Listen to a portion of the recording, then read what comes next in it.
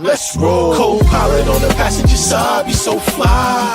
Yeah, she's so lit, we so high. Just me and my chick, yeah. Just me and my chick, yeah. Co-pilot on the passenger side, be so fly. Yeah, she's so lit, we so high. Just me and my chick, yeah. Just me and my chick, yeah. She give me a. Yo, what's up, y'all? Welcome to another one, man. This is your boy Raw One, and this is Sparking Conversation. And y'all know what I do each and every week. I come up here and I talk to some of the world's most interesting people, and I'm gonna do the same thing this week because I do that every week, right? But listen, thank y'all again for tuning in. Thank y'all for jumping on with your boy, man. Like I say, I appreciate y'all, man, because y'all the real MVPs, right? So before we get everything started, y'all know what I do. I have to let y'all know that I appreciate all the people that download the audio version of this platform because that really means a lot. For all my people out there on Spotify, you on Amazon Music, if you on, Amazon, Apple, whatever, you know what I'm saying? Like all the places that y'all get y'all Spotify, that y'all stream podcasts, we are there. And we appreciate y'all for all of y'all that really check me out, man. You know what I'm saying? And y'all want to hear what the guests got going on, and y'all want to hear what your boy talking about. So I definitely appreciate y'all, all right? To all my people that download the audio version of the platform. So y'all know that I'm gonna give it to y'all straight, right? And give it to y'all raw. So what we're gonna do, I'm going to make sure that we give a special shout out to all the people that support the platform. We want to definitely give a shout out to Second Round in the building. Second Round, man, it helps with so many things. Another thing is detoxing your system. So for the most of y'all, that I want y'all to click the link in the description and get more information, all right? Get more information on Second Round and everything that it does, right? Okay, Java Burn in the building. We want to make sure that all my coffee drinkers out there, you need a little extra pep in your step, a little extra pep in your coffee. If you're the type of person that just enjoys to have coffee when you're walking or anything like that, what Java Burn is a uniquely blend that will help you to help burn calories, which we all know that we need to be doing. It doesn't matter. You have to take your health seriously, all right? They're putting all kind of things in the food. They're putting everything in the air, you know. And I hear people a lot of times, they say things like, yo, we can't help it. They doing everything, so we just got to deal with it. And it's like, no, you got to do the things that you can to help yourself. You only get that one body that you're living in this timeline. So while you on this timeline, take care of what you were given, right? So it's no excuse. So for those of y'all that are coffee drinkers and y'all like to get a little move or y'all need a little extra pep in your step, y'all want to burn those calories and lose a little bit of weight, Java Burn is for y'all. Y'all know what to do. Click the link. To all the people that like to smell good, right? You like to smell good, but the alcohol version of these different fragrances, they do a little something to you. They irritate you. They, you know, all these other things. So from the makers of Aroma Air, they got oil spray. So you can find your favorite fragrances in an oil base, which is based on aloe, and you guys can still smell good without dealing with all the irritation and all the other things that come with that, right? So make sure that y'all click the link in the description and check them out. And, you know, go ahead and copy out something.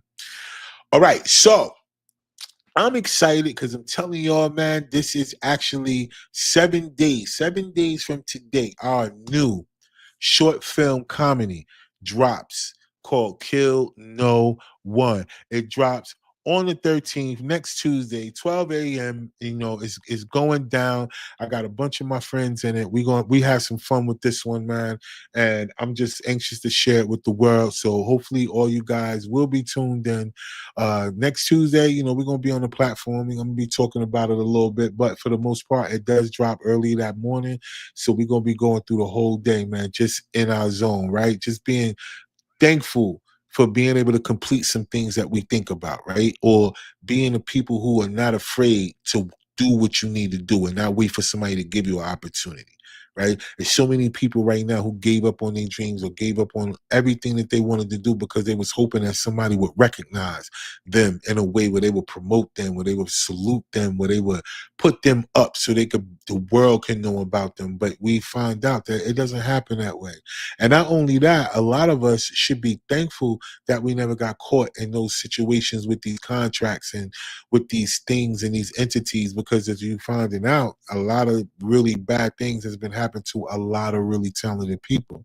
So the fact that you avoided that, you got to be thankful. And I know it doesn't seem that way, but this is a great way now to start being thankful for missing that boat, right? You're a great singer. You're an amazing singer. You know what I'm saying? You're a great rapper. You're a great actor, right? You know what I mean? You're really nice with all of these things. But listen, you didn't never make it to the big Grammys, and you never had the big record deal, and you never been next to the Drakes and next to the Kendricks and all these other people, the Taylor Swifts, the Beyonces. You never had a chance to really be next to them, and you may feel like, you know, life has cheated you, and that it's something personal against you when you don't even know that you've been saved. You know what I mean? Like, you've been protected. It's a lot of things protecting people that they don't even know. And the sad part about it, the things and the spirits and the ancestors that's protecting us, we don't even give them the credit. It's because we don't recognize that we're being protected. We think that it's up to somebody else to make us what we need to be versus it coming from us, right? We always like to put the emphasis on something outside of us. But anyway, it's going down, and I want all of y'all to make sure that y'all check it out next week. It's definitely going down. And then we got Lit Sticks in the building, y'all. Lit Sticks is a pre-roll brand, man. It's coming. I want all of y'all to stay connected, stay tuned, because we got way more information coming about that too as well. So shout out to all the sponsors. Shout out to everybody that supports your boy. And make sure y'all go out there and check this stuff out, right? Okay. So I have a guest tonight, right? And we're gonna get into some things, right? We're gonna talk about some things, and we're gonna find out what's going on in her world, right? But before we do that, y'all know I gotta give y'all my take for the week. And let me just say, yo, it's a continuation, right? Every week, it's another continuation of the divide. What I mean by that is the racial divide in America, right? It is on full steam ahead right now, with everything that's being propped up for black and white people only to be against each other. This is one of the most, you know, it's insane how much people are falling for it still in today's time of 2025, right? We're still falling for the whole, you know, this person did this to me, I'm mad because this person used to do this to us. It's always something in that space, right? Because people have this thing inside of them where it's almost like, you know, when they're taught something, right? When you're taught to hate, hate is one of the strongest things that is out there for people to get rid of. Now, I know that people deal with addictions, right? And they talk about how hard it is to get clean and sober from different addictions that they suffer from. Some people feel like they've gone through things where they suffer from PTSD, you know, from being in the military, being in different type of service jobs where they've seen a lot of things, and they suffer from things where mentally they always remembering them, and the way that they remember them makes them feel a certain way, right? You know, there's a lot of things that are being used against us, and the number one thing is emotions, right? You know, as much as they want to talk about MK Ultra and all these mind control situations that happen out there, it kind of makes you wonder. You know, they say these things are conspiracy theories and all this other stuff, right? But it's very hard for people to take that in as conspiracy when we see the play right in front of us. And the fact that people do not mind telling, you know, when they're that arrogant, they'll tell you exactly what they're trying to do, right? Because let's take this for example. We talked about the Carmelo Anthony thing, right? That happened a few weeks ago, right? And I think a lot of people were taking it a thing because of it being, you know, a white kid and a black kid, right? So what happened? But technically, we got to look at what the details are. Like, we understand that race is a thing that you can actually see when it comes down to it, because, you know, it's all corny for us to be identified as colors anyway, right? Because colors is not a race. But to call yourself a white person, or to call yourself a black person or a brown person, what the hell is that? That's not connecting you to nothing but a color. That's it. And then you walk around here not them colors. There's so many people that identify as white that's not the color of white. But I mean, I guess that's what it is. So many of us that they call us black, and I'm clearly brown. Like, I'm clearly brown.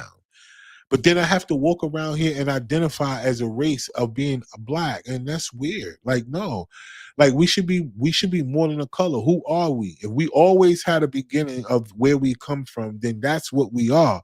That's who we are. They so busy calling us African Americans, but can't tell us where we came from in Africa, right? That what does that mean? Right? What does that mean? And at the end of the day, like I say, y'all, we got to make our own mind up. Now with that situation with Carlos Anthony, Carmelo Anthony, people were up in arms because of what happened when it should be, right? It was a murder. It was a young kid who did something, whatever the situation may have, murder took place, right? And we should all be outraged when it comes to murder, period. Not just when it comes from black and white. Because see, now you got in Ohio, we had a young man in Ohio, right? Let me make sure I get his name right, because I don't want it to not be, what it really is, because it's important, right? So out in Ohio, you got your boy Rodney Hinton, right? What happened was his son was unalived by a police officer, right? Unarmed kid, got out the car, started running. And we talked about this on this platform before. A lot of people always talk about, why do people run? Why do you, as an African American or whatever you want to call us as a person, why do y'all always run from the police? And they don't understand the fear that's been instilled in those, in those of us that look like me. You don't understand the fear that's been instilled by the police, right? So here's another thing. Whether that's right or wrong, it doesn't matter. But the fact that he shot this young man, and he said that because he said the young man had a weapon. Well, the body cam footage came out. The young man's father looked at the body cam footage. Now, based on what he saw in the body cam footage, it clearly shows that his son never had a weapon. It was nothing on him that would even resemble a weapon, and he was fired upon, and he was shot, and he was killed. And they said the father reacted in a way that was strange, right? They said he was very calm, he was very quiet, he didn't say a word, he watched everything, he looked at it however many times they allowed him to, and then he left. And so then the very next day, here comes the dad back, the same deputy that did it. He runs him over with a car. Now he's unalived as well too.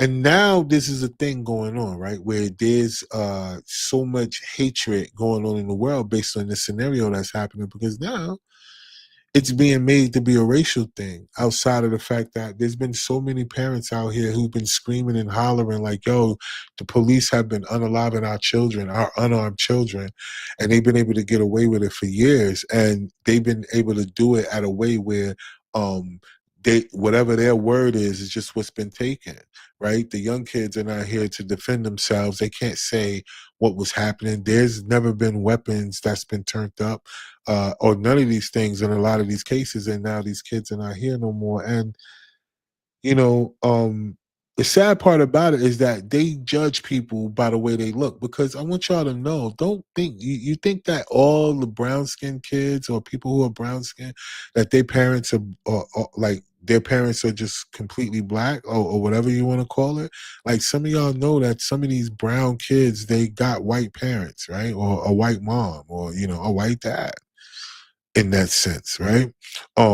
You can't judge people by the way they look and just feel like you're going to treat them a certain way, because you don't know who their parents are. You don't know what their life is, past what you can see. And the fact that parents are taking things into their own hands because they're tired of no justice being served for the people who are lawfully, I mean, we say unlawfully, but for the people who are lawfully unaliving children. Or unaliving Americans, period. And at this point, if the terrorists and all of the illegals that's been allowed into the country, if they're being deported and if they're being dealt with for the things that are happening to citizens, and things that are happening to unarmed citizens, it need to go all the way around, right? We need to stop making it about black and white, and it need to happen all the way around. I don't care if you're in the hood. If you're in the hood and there's a young kid, they out there shooting and killing each other, then they should get the same punishment. And these all should be labeled hate crimes, because especially with the police, because they have so many other things that they can use. They have rubber bullets. They have guns with rubber bullets. They have all other kind of things. They have stun. They have all these different things that they could use. They don't have to go to lethal force from someone running away from them. Like, it's just so hard for them to be pleading that they got self-defense and they in fear of their life from people running away from them. That doesn't go together. But so many police officers have been able to get off with that particular defense, saying that they were scared for their life. So we have to talk about this more. But I have a guest. But I want y'all to know that, in Sparking Conversation, we always going to talk about these things in a way where we want people to understand, like, yo, things are being done on purpose. And until we all recognize the play, we're all going to fall victim to our emotions. We all going to fall victim into hate until we could pay attention and just see that these things are being done on purpose. We want to be smarter than the way that people are making us out to be. They're making all of us out to be just stupid people that could be controlled. All we got to do is show them something, and that's it. And they'll go off from there. And so far, it's been true. And I hope that, throughout this time going forward, that people really pay attention to that and stop falling for the play. Right? Just stop it. But anyway, I have a guest. I'm going to bring my guest up. We're going to talk about things, and we're going to talk about some different things. So we're going to switch it up a little bit. And y'all know how I do. This is what we do each and every week. I'm going to give it to y'all, man. You know what I mean? So let's see what my guest got going on. Let's see what Amy is in the building. Hello, hello. Hello. All right, all right. So thank you for joining us on the program this evening. I definitely appreciate you. Okay. I want to make sure we start off with that, right? Yes. I'm happy to be here. Yeah, definitely. So before we get started, let's do this. Can you please introduce yourself to the audience and let them know why you're on the platform this evening? My name is Amy. I'm a reading teacher slash ESL teacher. I've had an interesting long journey, I think, anyway. I started my own business through kids reading with my sister. So I'm this tutor. She's the tech person because she says I break things, and I do. But I've taught online for 9 years, students on 6 continents now, which is pretty cool. So Wow. and I was 10 years in the classroom. I always joke I was a statistic. So I tend to joke Right. about it. But yeah, I've taught thousands of students in thousands of classes in the last 9 years. So I'm Wow. pretty lucky. Wow. Wow. And your main thing is teaching people how to read, right? Yeah. And I still have my ESL students as well. So Mm. today So I've taught students on only 2 continents today, only two gotcha. countries.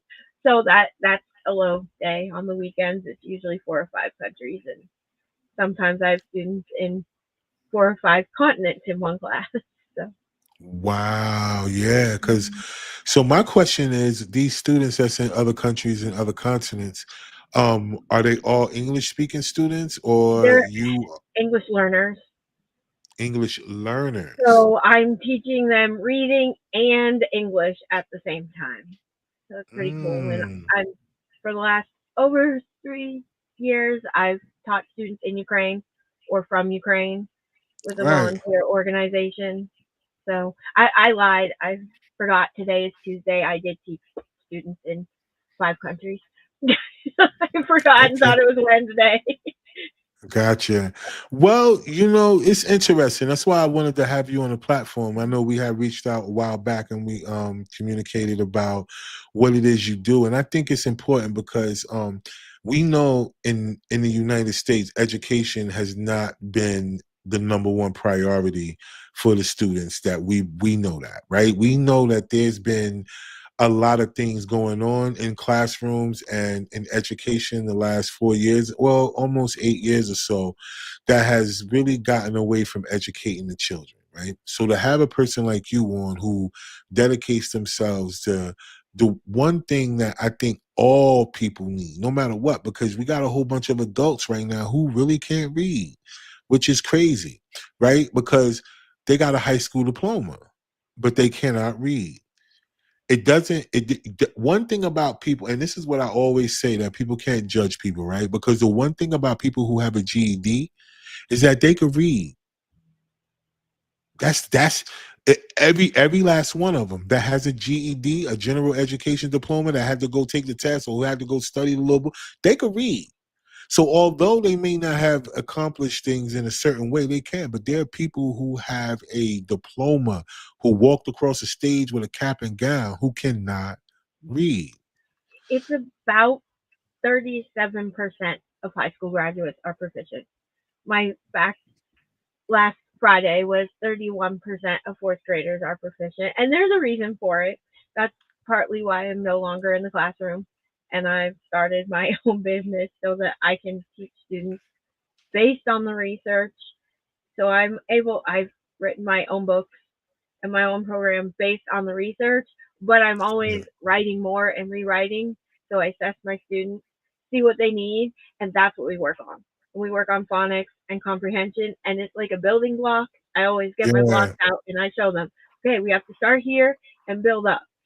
And they've done it. Like I had one student, he has autism and ADHD. I started with him, he was 8, did not know any letters, no sounds, nothing, and now he's reading chapter books. It's possible, but he needed to be taught in a different way. And when you exactly. put him on based on research, it works. But it's about 1 in 5 adults in the United States are functionally illiterate, and 14% can't fill out a job application. And it's based on how we were taught.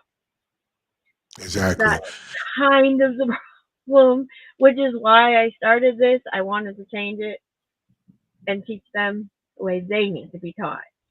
Right. And I'm able to do whatever because when I was in brick and mortar, I was told you have to do this, even though it was not research based and it did not work. And that was the way it was. You had to do it. And now my students make progress and they grow because I'm able to do what they need and I don't have to follow a curriculum. We go And as that's slow what, or as fast as yeah, they need. And they, yeah, it's yeah. obviously reading is my passion. I think everyone needs to know how to read. And they're like, but they can read it to me, or someone can read it to me. And I'm like, then they can lie to you and cheat you. And why would you want that to Yeah, happen? And right, you also need to understand what you're reading because if you don't, then you have the same problem. You're just saying right. words. So Yeah. some people say you're No, only teaching phonics, but I'm teaching comprehension too. And my one student that I just had right before we got on, he loves to tell me, I don't need to understand what I'm reading. I will just Google it. And I'm like, but then you have to understand what you're Googling. So you still have to know what you're still have reading. to know what you're doing. Kind Yeah. of, you really do. But That's yeah. crazy. But I was gonna say, like, in the sense of people in reading, and comprehension is a good part about it too. Because there are people who can make through things, but the comprehension part is the part that they deal with. Because even with comprehension, that helps with communication in so many different ways, right? Like mentally, it helps you to be able to have a verbal conversation with people based on comprehension, if you can do it whenever you can read and comprehend, because it's all about perspective. And I think so many people, they forget that part and they are emotional, like they'll get hung up on words, right, versus them actually getting understanding the context in which they're being used. And how? Because like you said, they lack the understanding of comprehension. And without trying to sound like belittling people, but let's be real, there's a lot of people who it's very hard for them to understand things just from them being able to see it for themselves. It's almost like somebody got to spoon feed them or walk them through, but once they do, they get it. So that's how your students are. So when you say ESL, you say ESL, right? English learners, it's ESL or Yeah. ELL. You might hear it both ways. But yeah, bless you. I always say that with my students, there are a lot of stats. If your students read 20 minutes a day, they will read 1.8 million words in a year about. Wow. So if you read about 1 minute a day, it's about 3,000, something like that. But I tell everyone, and I tell all parents, so parents listening, read to your children because there is a 1 million word gap between for kids that are read to at home when they start kindergarten and are not read to. So read aloud even as they're older. It builds their vocabulary, builds their comprehension. You can discuss things, learn about people, learn things that you may not have known and about places around the world, and that actually helps you in your Yeah, everyday life. And I yeah. know a lot of stats. Like it's Well, no, important. that's a good thing. I think stats are important because you know, you never want people to think that whenever a person is an expert in things, you know, so many people out here who say they experts in things and then they don't know stats, which makes it really hard because it's like, even if you're an expert in something, when do you stop researching it? You never stop. No. Like that's something that you never stop doing in anything that you are proficient at. You never stop researching. You never stop trying to figure out what's new about it and new ways to figure it out. Because being in service to others is how you can help learn how to teach people, you know, which is what you do in a sense of, you know, being able to teach students that don't really, that English is not their first language, but still be able to teach them how to read. So people whose English is their first language, then it's really no excuse for them, right? How early would you say, you know, we should focus on reading for children? At what age? You can start, it depends on the child. Like some Yeah. of them are ready at 3. I have 3 and 4 year olds reading. But some people say, oh, just let them learn when they're 15. No, that's too late. They should at least be doing. They think it's a magic wand and they'll just pick it up. More than you know. You don't get the look on Wow. your face. That's how I'm like. No, you need to work with them.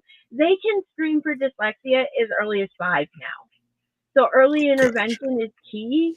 Like, you don't have to push and add a lot of stress, but there are some people who think 5 year olds should not be learning to read. They really should at 5 and 6 at least start knowing the letters, knowing the Yeah. sounds. But even before you start looking at letters, you can do sounds. So find the beginning sound of a word. So give them the word like manatee. This is what I did the other day. What's the beginning sound? Point it out. Make a game out of it.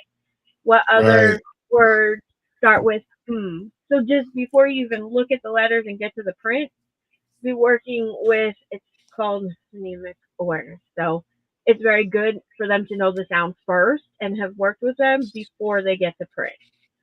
And then don't give them all the letters at once.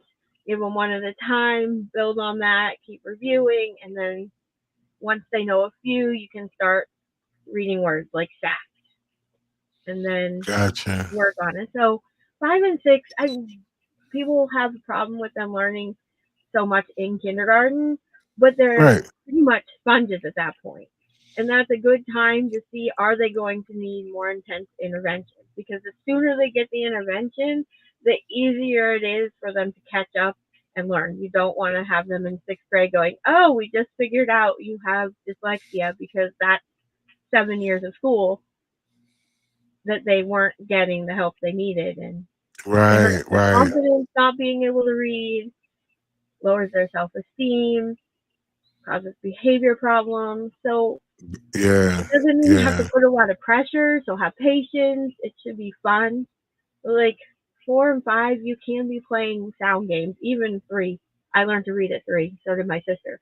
So I am a little skewed, but everybody But says it's as too early as hard. 3. 4 year olds will be upset. I'm like, I have a 5 year old. Well, I have one that I have had for 2 years now. She did not speak a word of English, and she's about to start 1st grade reading, and she hasn't even started kindergarten yet. So, Wow. and I have another one in kindergarten. He's very, very proud. He just got student of the quarter. Parents were telling me all about it. And he's reading at a 2nd grade level, and he's not even out of kindergarten yet. So they Wow. can learn, and we didn't. There was no pressure. I made it fun. Class was fun, enjoyable, but they were still learning and doing what they needed to do. So it's possible. Yeah, Don't yeah. But don't wait until they're 15. Please that's the don't do key. that. Yeah. Right. And I never heard of people saying wait till your kid is 15, because Yeah. then that's terrible. Because by the time they're 15, they're already in junior high. Yeah. right? They already went through middle school and the whole nine of being probably ridiculed and embarrassed and all that other stuff, not participating in certain things and being taken advantage of because they can't read. And I think I agree with you on that, yo. I think like kids should be just learning uh what in their whole situation of whatever their cartoon experience is, right? Because a lot of times, parents just try to keep the children quiet. So they throw things that'll keep their attention. And a lot of times the things that keep their attention do be like cartoons, animations, and stuff like that. But very seldom do, the kids really gravitate to all the learning programs and situations that are out there to help them at a really young age. So, we got to applaud the parents that will go that far as to make sure that their children get, connected with learning programs versus just having their attention, taken away from them just so they can get some peace and quiet. Right. So, yeah, I think that's cool too. And so when people come to you, right, being that you're not in brick and mortar anymore, no, let's not do that. Let's talk about brick and mortar real quick because they just dismantled or they're dismantling the Department of Education. First of all, how do you feel about that as a teacher that used to be in brick and mortar? The problem is that teachers are already stretched so thin. That's why so many people are leaving. So that's a problem. I know how much money I spent as a teacher out of my own pocket to get what I needed for my students to be able to read and do the things they needed to do. And teachers Right, do it all over. They're working second jobs. A lot of people think that teachers are done. They're like, you're done at 3. No, not really. What we always said is I worked until I just could not keep my eyes open. I was never ahead. I was always behind. And then they're like, you get summers off where we spend planning, doing our professional development, working another job. I was working 3 jobs at once. It's not easy, and we're always working. So teachers get a bad rap. I mean, the ones that are really putting everything into it need the support. Like, you need the right, financial support to be able to pay to teach all of our students. So when we don't have the support and the money and the research to do what's best for them, we're only failing our kids. And teachers are going to right, take the blame, and there are going to be less and less. More colleges are closing their teacher programs because nobody wants to go in and make no money and be abused and have to work a second job. I know when I went to a teaching fair like for teachers, and right. they said, okay, so we will hook you up with a teacher that you can live with and help you find a second job. It's Wow. like, no, thank you. I think I'll stay here. I pass. So, you know, it's frustrating for everybody and it's a scary time for everybody because they're like, what's going to happen? And I think parents should really be worried about what's going to happen. The system is not perfect, but taking away even more resources and support is not going to make it better. Yeah, I have a thing about the way, it's like it's a couple of ways to look at it, right? Like the way that the states are set up with all the way that they take taxes from its citizens and all these other things, or even the ones that have the lottery and different things like that. It's supposed to be the education lottery. And all of these different things, it just doesn't make sense that the teachers are underpaid the way that they are, right? Like there's no real justification because there are people who make such high salaries that work from on the state level that don't do the work, or the work that they do is not as important as the teachers that actually teach the children, yet they make more money than the teachers that teach the children. Because me personally, I don't think no teacher that's in education that has to not only deal with the fact that somebody is telling you what to teach even though you know better, right? So you're going against your morals and you're underpaid and you're dealing with a lot of children sometimes who have behavior issues, right? So you're almost like a glorified babysitter, right? That's trying to teach a child that is not getting any type of fundamental basics at home, right? It's just a normal routine every day. Even kids get caught in a routine. The way that the classrooms look, the classrooms are not bright, they're not vibrant, they don't represent, a place that is open for learning. They look like a place that you just held for hours, right? And no And no matter if how there are attractive, bright if there are bright classrooms, it's because the teachers spent their money out of pocket.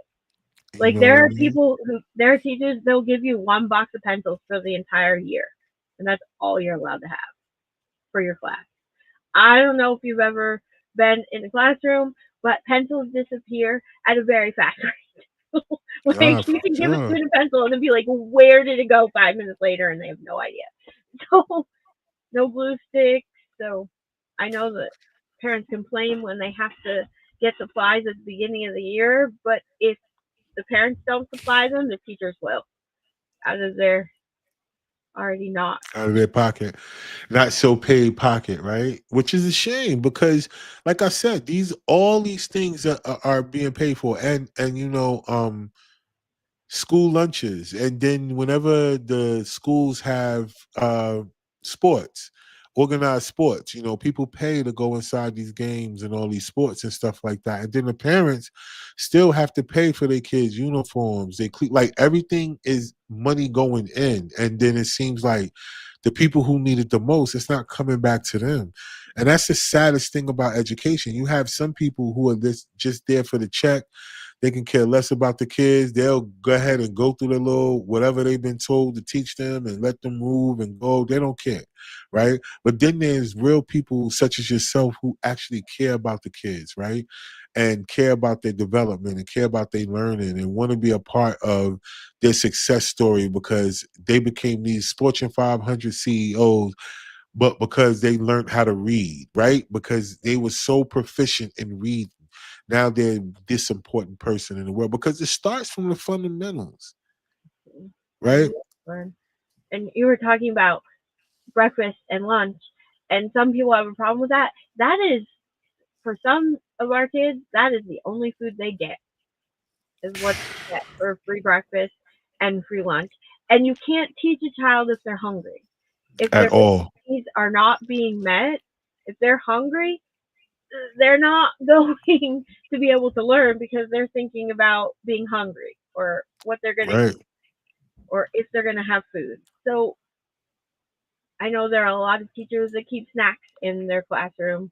So many teachers, when it's snack time, there's a teacher option because some kids, you're going 5 or 6 hours, depending on when your morning is and when your lunch is, being that hungry, you can't think. I know as adults we can't think. We need food, so we provide snacks. Yeah. You know, there. I think the majority of teachers are trying their best with what they have, and it may Right. not always be what they need, but they're doing. I mean, you don't get into teaching if you don't care. The kids know. If you don't care about Yeah. them and you don't build that relationship, they're not going to learn. They will. They know if you walk in and you don't care. You have Yeah.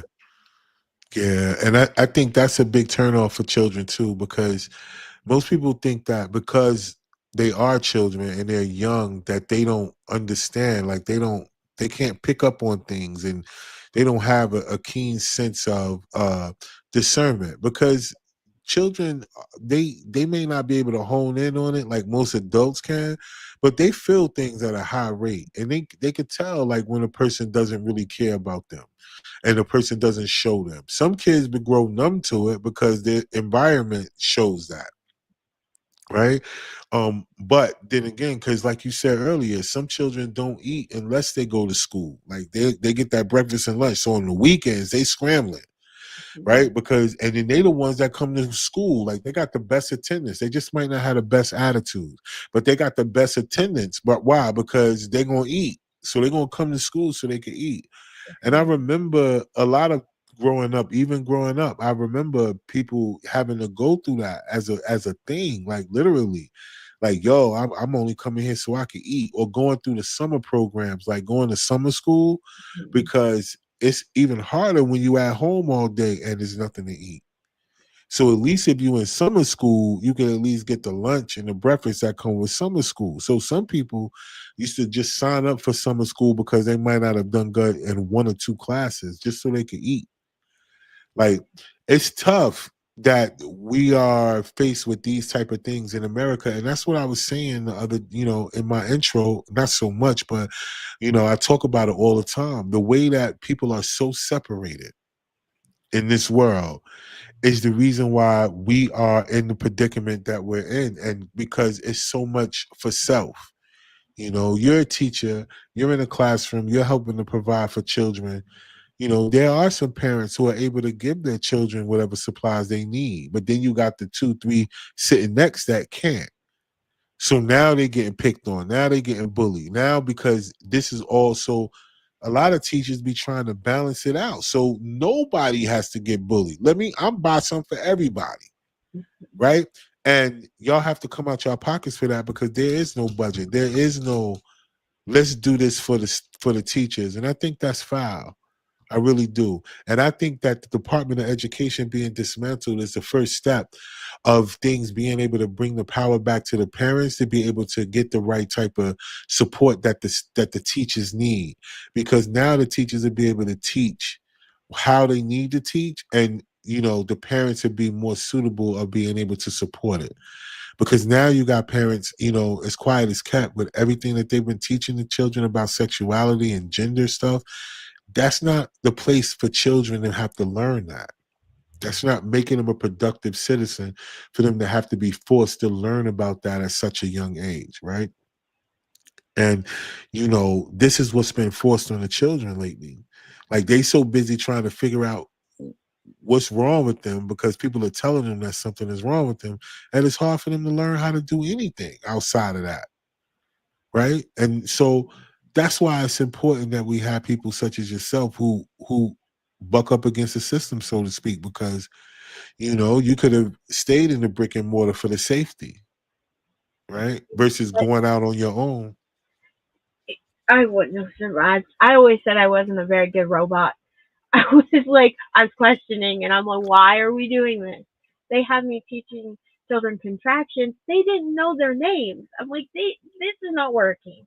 And so in the end, now I'm much happier because I get to do what they need, and it's much nicer. But I was going to say, yeah, with people buying things out of their own pocket, I was a reading teacher, so I had K-6, so I still have all my books, still use them periodically. But in my room, I had the extra Valentines, and there was always going to be the kids that came on the day of the Christmas exchange without a present. So I would always have extra everything in my room, and their teachers would send them down and be like, okay, they have nothing. We can't do this. So I would have different things for each grade, and we would sit. They'd come to me at lunch or in the mornings, and we would fill out their Valentines because it wasn't their fault they didn't have it, Right, and they didn't need to feel bad about not having it. And right. then everybody would be like, "Why didn't you do this?" Or you know, you want You know them. what? I think it's an unwritten thing. I think more teachers should come out and talk, right? I think more teachers should come on podcasts and different things like that and really tell, because I don't think parents really know what goes on throughout the year to really help teach their child, right? I think they only know based on academically with the report cards and whether they go to teacher parent meetings and stuff like that. But I mean, as far as everything that it takes for that teacher to teach your child for that year, because they have that your child for that year, and what you guys go through to invest in those children. I don't think that parents really fully understand it, right? Because even growing up as a parent, you used to be a student. And depending on the relationship that some people have with their teachers, they don't too much have that same regard for teachers whenever they have children of their own, right? Long as their child don't come home complaining that the teacher don't like them and all that other stuff, they pretty much just go on about, whatever it is. But they don't know that the teacher just came out of pocket for at least 8 of her 12, 15 students because 8 of them are at poverty level, Yeah. right? And I And think so, they also don't, they also sometimes children see things a little different than we do. I, right, I always tell the story. I taught online. I was at home, but my students were in a classroom. And one of my students was like, I'm just going to tell my mom that you didn't teach me this.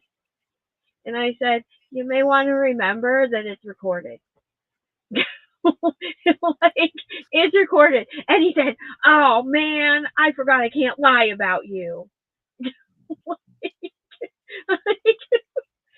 Like, write down the time, kind of principal. This is what the student exactly. said. I'm like, so some teachers like, I don't want cameras in my classroom. If I went back, I would want cameras everywhere.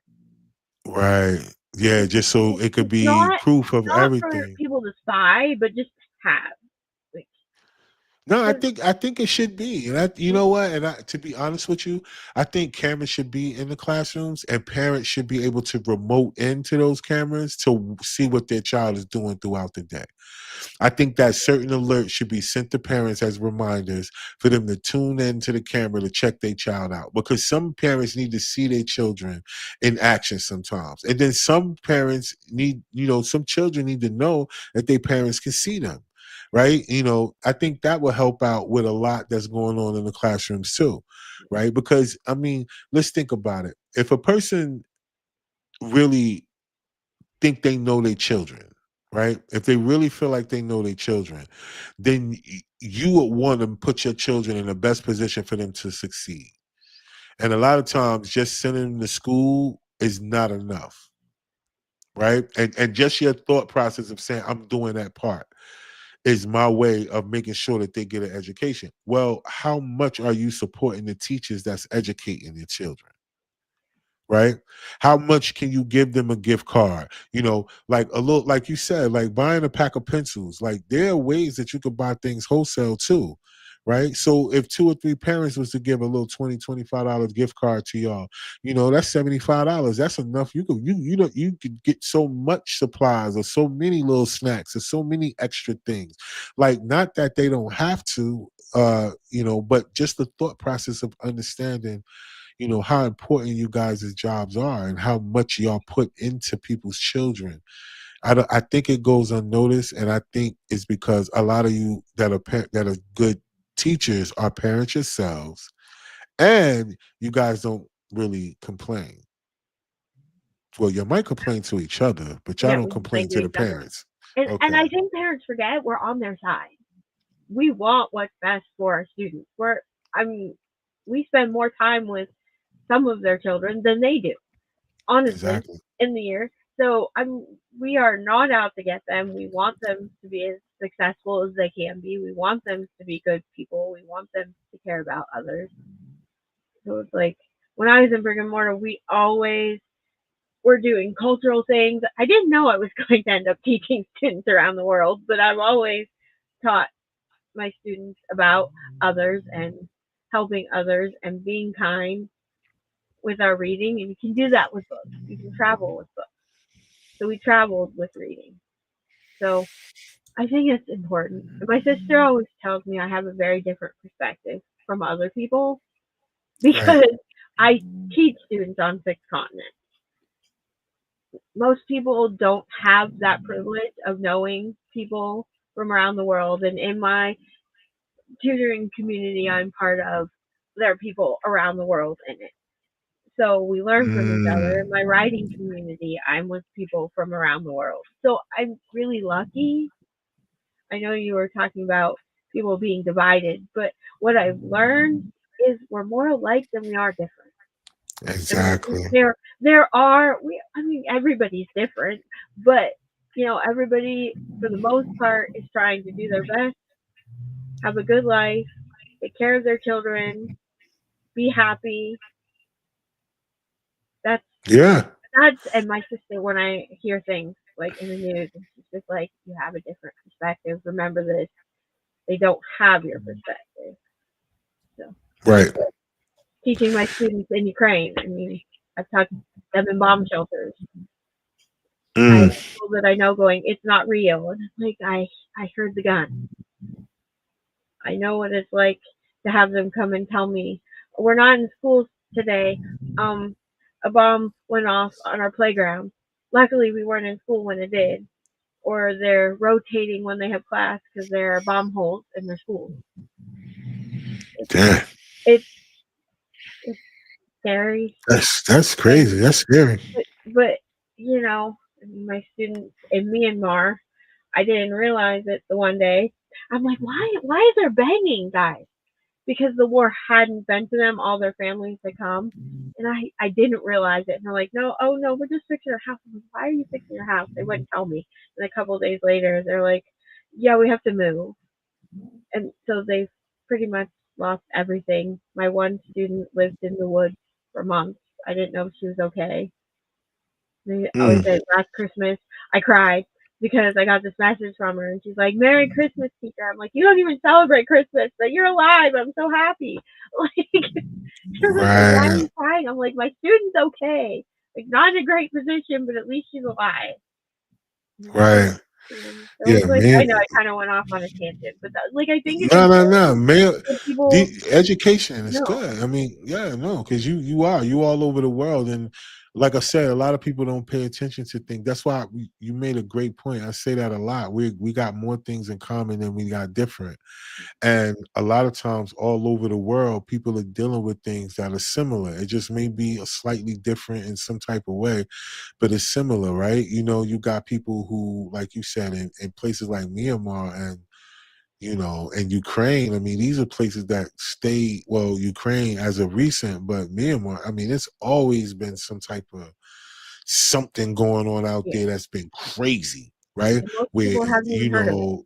right, and but it's been crazy. They done made movies about it. They done did all kind of documentaries about it. It's basically it's always something going on out there, right? And for you to have students that are going through it and still got the the mindset to want to learn, that's motivating, right? I mean, it's motivating for me. And I think, well, I wish, not think, but I wish more people could see the value in things that that may look bad, but see the value in the way that other people handle those things that may look bad, right? Because in Ukraine, you have the American public who is just fed up with the president taking the taxpayers' money to do what he want with it. But at the same time, you have those people who are still saying, please try to stop this war because children and women are being killed. As much as we can say that the big bad men that are in position to keep this war going, the victims are still children and women. And you just proved that again by what you just said about the schools. Like they're getting bombed, like can't go to school today, and not this, that, and the third, because they're in the middle of a war. And the people say that's part of war. And it's crazy.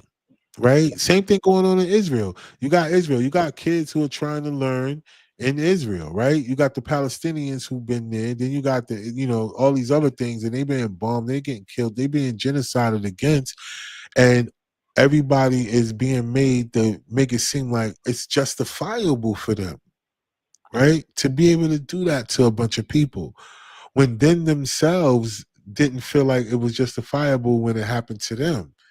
So I just hate that we live in a world where uh we can't see the things that we have more alike than we have different.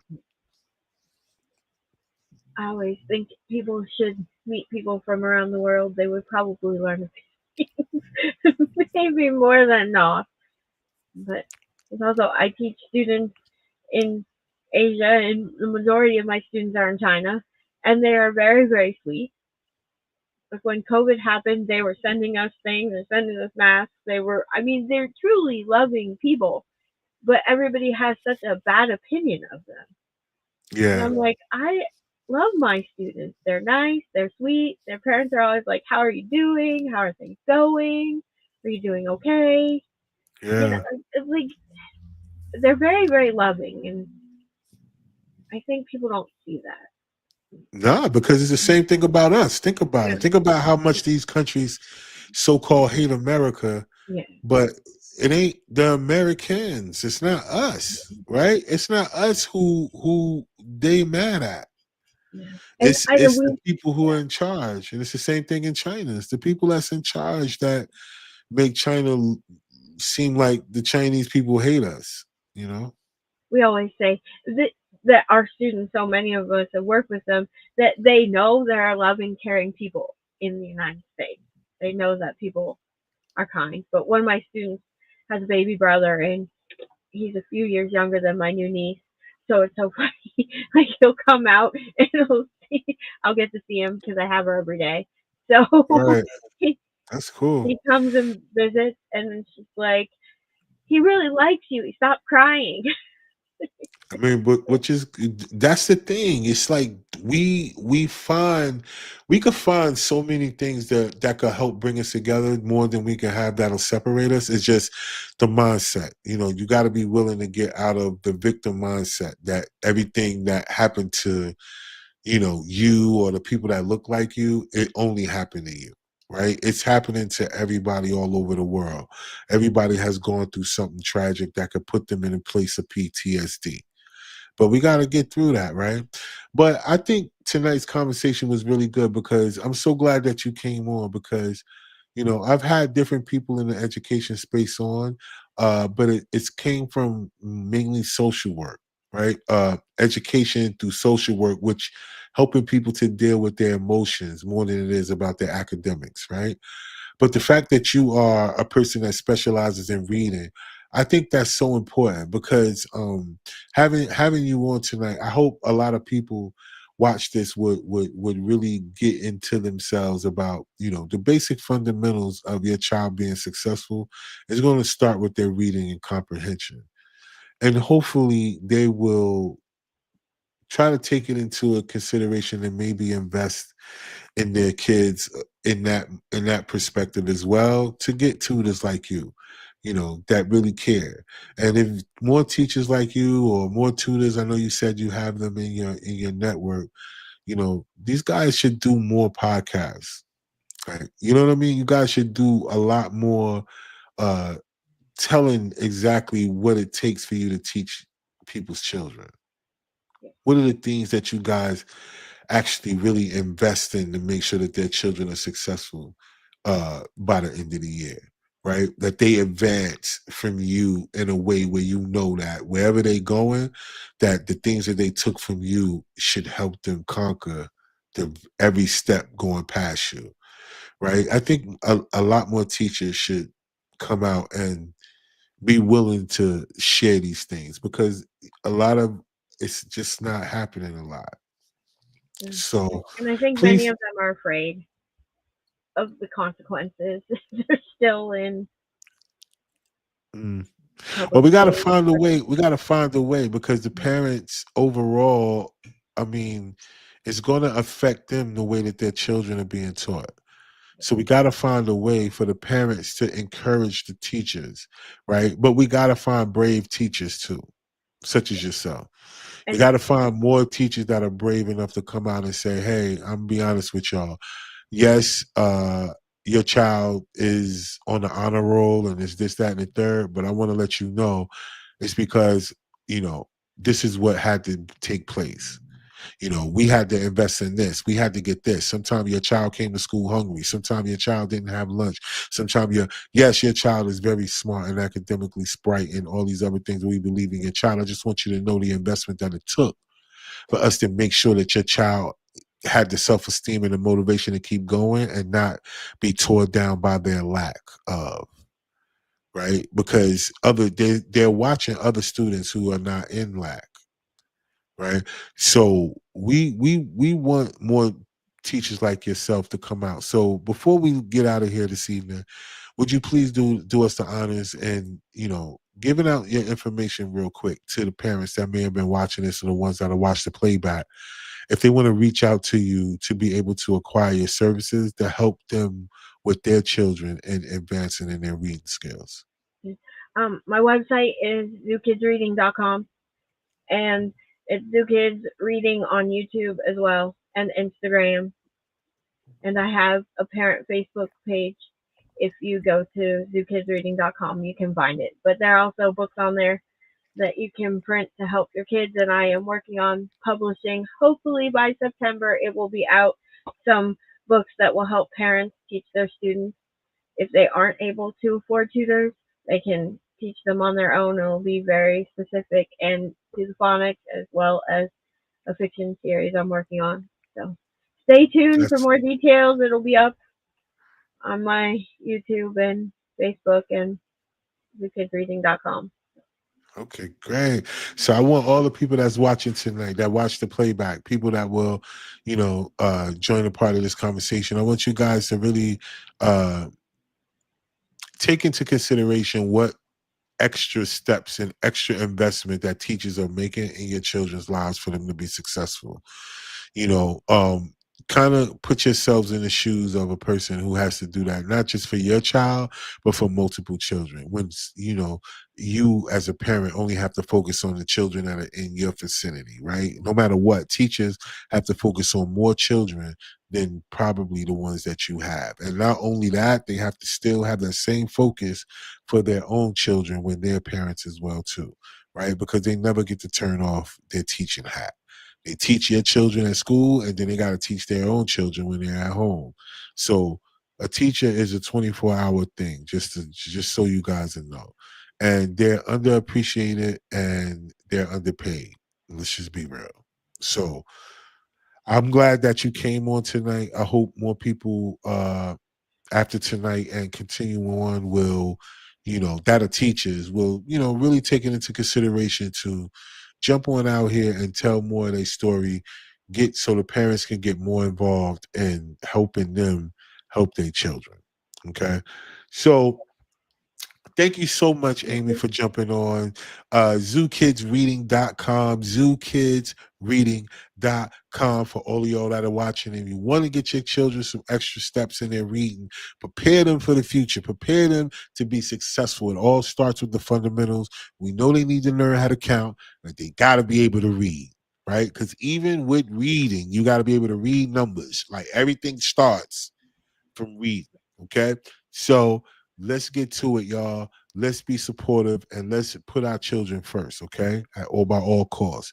So y'all know what to do. Make sure y'all tune in for next week's show. Y'all know I'm gonna have an amazing guest on next week, and we're gonna keep the vibes going. We got a lot of future shows come up. Also, y'all know next week that our short film comedy drops. Kill No One. It's a great joint. It's gonna be so funny. I want all of you guys to go out there to subscribe to the channel. The links will be in the description so you guys can subscribe to the channel and be aware when it drops. And, let me know what y'all think about it and all that. We're going to continue to keep pushing and living in our purpose, right? We're not going to be afraid and we're not going to wait for somebody to give us an opportunity. We can create ourselves. So until next week, everyone, I want y'all to enjoy your week and never forget that if you don't believe in yourself, nobody else will. So until next week.